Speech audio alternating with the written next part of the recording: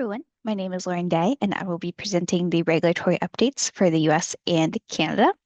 We'll be focusing on the major amendments to the Canadian Environmental Protection Act, CEPA, from the past year, as well as developments to the US Toxic Substances Control Act, also known as TSCA, and state and provincial level updates for PFAS, cosmetics, plastics, and extended producer responsibility programs, also known as EPR.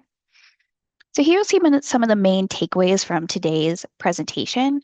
We'll focus on how rapidly the regulatory landscape is changing in the US and Canada and how those changes compare between the countries, state, and provinces.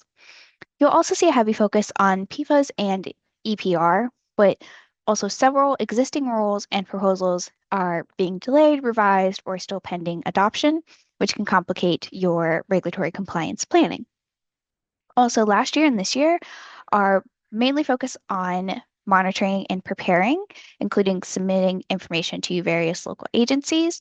So it's not quite a steady state regulatory environment yet. Next, we'll look at some major amendments to CEPA. First, under the Federal Plastics Registry, producers of specific categories of products, such as electronic and electrical equipment, and single-use or disposable products must submit their 2025 and/or 2026 information or the relevant exemption information for the first time. They were exempt from the 2024 reports. Also, under the Federal Plastics Registry, reporting requirements are likely to be expanded through 2029. Currently, producers are only required to submit reports for 2024, 2025, and 2026. But a recently issued notice of intent to issue a proposal would extend this for 2027, 2028, and 2029. However, the exact information for those latter 3 years has not yet been released. Second, there is an increased focus on chemical import restrictions in Canada. Last year alone, thousands of substances had import restrictions imposed on them. And this is primarily done under additions or removals to the domestic substances list, the DSL, the non-domestic substances list, the NDSL, as well as significant new activity notices and ministerial conditions. The latter two are specific per chemical, and the former two have broader requirements. So, for example, back in September, approximately 1,115 substances were listed under the NDSL, imposing reporting requirements for companies that manufacture, import, or use those substances within specified limits, and that was under one singular notice. Third, early last year began the required information submission for 312 PFAS, and then last March, the Canadian government published the State of PFAS report, and then later last year released the consultation document on phase 1 of the risk management of PFAS, which could ban the use of PFAS in firefighting foams, excluding fluoropolymers. Fourth, all of these chemical amendments are driven by the Plan of Priorities, which has been around for a few years, but continues to have ongoing impacts on regulatory developments and proposals. And all of these amendments primarily impact companies placing PFAS or PFAS-containing products on the Canadian market. It's clear that the regulatory framework is actively being clarified through all of these changes, but currently it's unclear how previous PFAS-related information that was gathered from companies will impact future regulatory decisions. Primarily, there were 2 large PFAS information gathering events in January and September of last year, and that information may sway regulatory decisions. Now we'll move on to changes in the United States, and there have been several major changes and delays in the US over the last year. So first, the restrictions on TCE and methylene chloride continue to be delayed. The previous restrictions were set to come into effect in January 2025 and are now set to come into effect on May 18th, 2026. The restrictions apply to the manufacture, process, distribution, use, or disposal of the 2 substances. Second, there are a few new chemical proposals expected this year, namely for formaldehyde and asbestos. This would be an update under TSCA, and for formaldehyde, for example, that proposal was already issued and comments closed back in February, but that could see a new 0.3 parts per million threshold for risk assessment. Whereas for asbestos, that proposal has not yet been released, but it's expected later this year and could ban asbestos in certain products, including industrial brakes. Third, the mandatory reporting for all PFAS manufactured or imported from 2011 through 2022 has once again been extended until October 13th, 2026. The previous extension had put it due at July 11th, 2025. Also, manufacturers and suppliers of replacement parts for complex, durable, and consumer goods, including industrial equipment and electronics, could be allowed to continue producing and supplying parts for older products under a recent proposal. Also, chemical manufacturers would not see abrupt restrictions or bans when such chemicals are necessary for replacement parts of those older complex goods, and any new restrictions would have a 10-year phase-in period under that proposal. And we see that a lot of the actions that were taken in the previous years, primarily under the Biden administration, are being delayed or revised as the EPA is now reviewing a lot of its previous decisions and amending them with new and updated information. Next, we'll look at state and provincial actions regarding PFAS, EPR, plastics, and cosmetics, starting with a look at PFAS regulations. New Mexico recently became the first state to adopt universal PFAS labeling requirements starting in 2027. The exact adopted text is not yet available, but the label is expected based on the proposal, regulations, and other information provided to be similar to what you see on screen. This would also apply to all products, and any products containing PFAS that don't have this label in 2027 would have to be removed from the market. Whereas Minnesota, on the other hand, recently issued House Bill 4257 that would exempt manufacturers of certain consumer products from the ban on intentionally added PFAS because those products currently have unavoidable use of PFAS. This would include HVAC, cooling, and refrigerants that contain the intentionally added PFAS, or refrigerants listed as acceptable, along with semiconductors incorporated into electronic equipment, a few other listed products.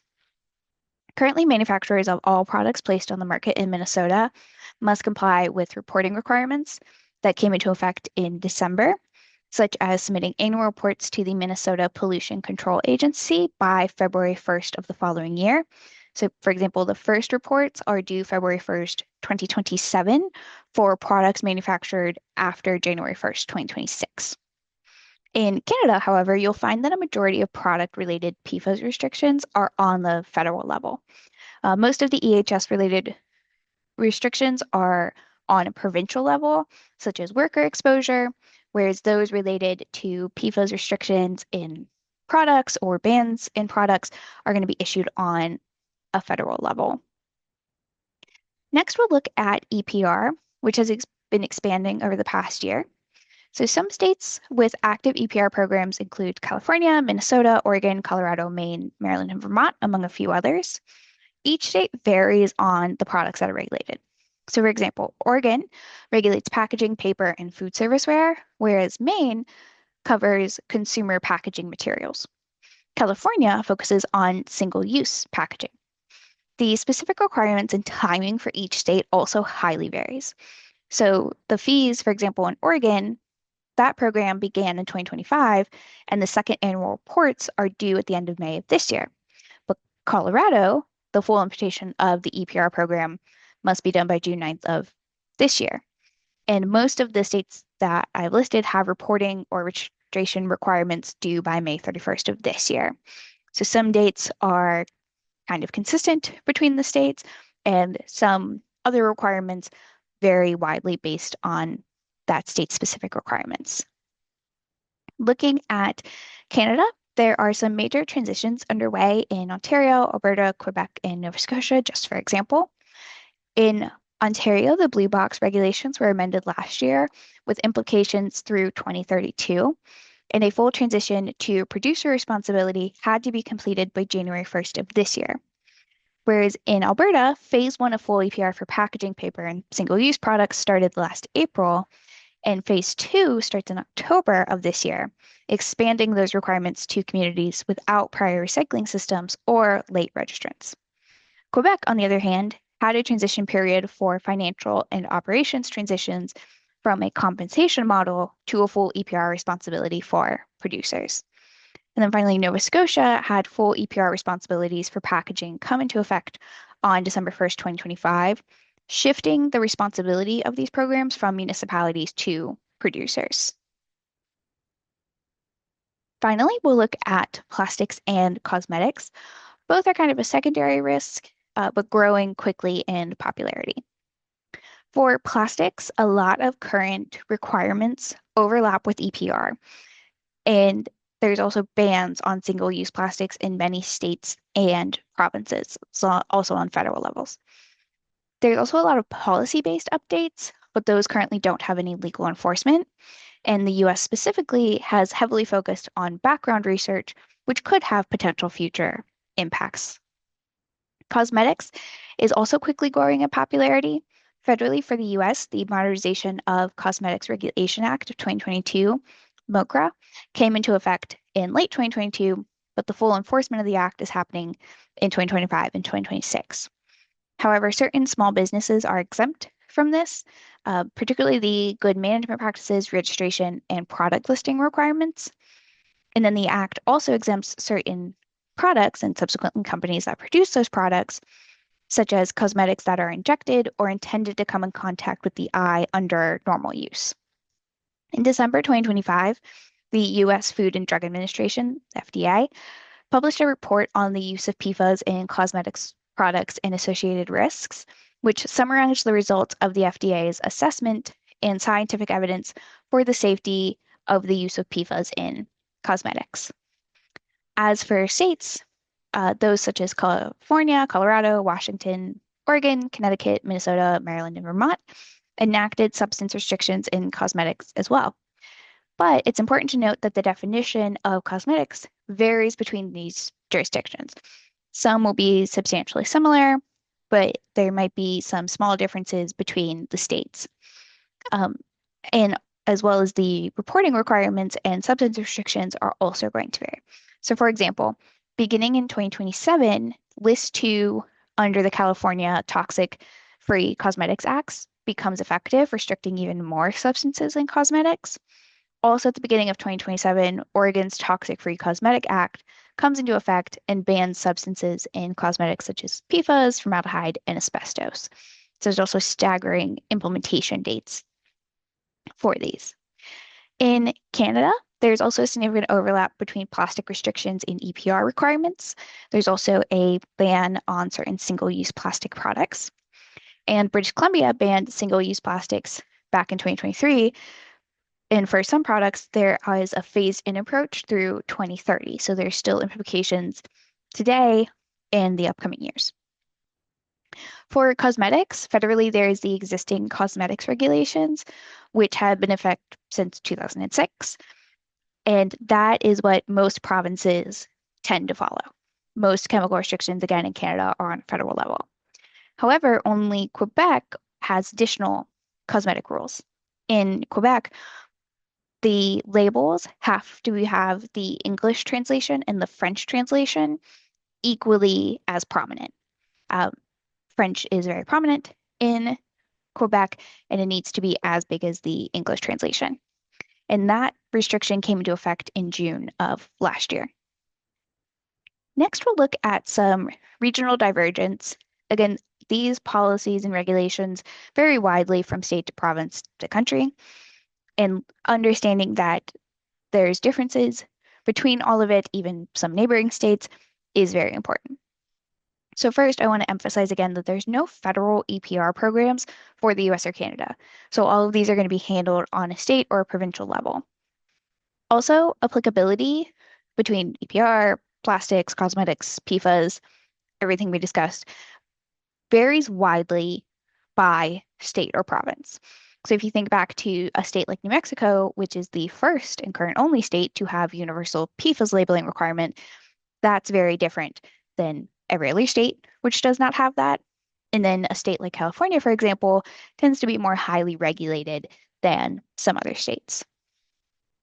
Also, some jurisdictions explicitly opt out of regulating things like EPR, PFAS, plastics, and cosmetics, whether they explicitly don't want to regulate those or It's just currently not on their docket. However, a lot of states have proposed to implement EPR requirements and they just haven't been adopted yet.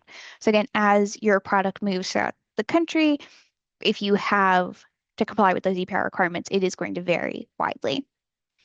And then other states, such as California and New Mexico, set de facto national standards for things such as PFAS restrictions in various products, meaning the national standards are set and they just adopt them into their regulation. So, what to watch next?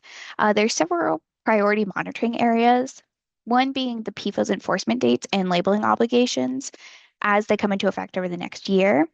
And even ones that come into effect in 2027, 28 might require planning in 2026 to make sure you are ready for when those come into effect. Again, there's also some TSCA proposals finalizations that might happen this year and proposals that you could have the opportunity to comment on that are coming out this year, such as the asbestos one that's expected.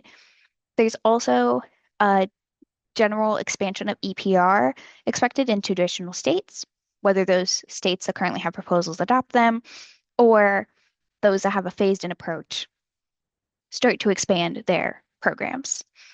Also, cosmetics and plastic restrictions are likely to expand beyond the early adopters, especially plastics, which is becoming a very common topic, especially the single-use plastic bans. Might see those more throughout the US and Canada. So, to wrap it up, the regulatory risk in the US and Canada is currently fragmented, but also evolving and very jurisdiction specific. In 2025 and 2026, because of this, requires a lot of flexible planning rather than a static compliance model. And Enhesa, as we continually update our services, can help you with this dynamic planning as it continues to evolve. Also, early visibility into things like PFAS and EPR exposure is going to be critical over the next year. Again, a lot of programs have these phased in approaches or things are being adopted for the first time. And because each state and province and country regulates them so differently, it's going to have different implications depending on where your product is being placed. And also structured tracking and scenario planning is going to be key. Again, as things evolve, some things evolve very quickly. It's important to be prepared for these potential changes. Right, and that is today's portion for the Canada and American updates. If you would like more information, you can visit our website. Thank you.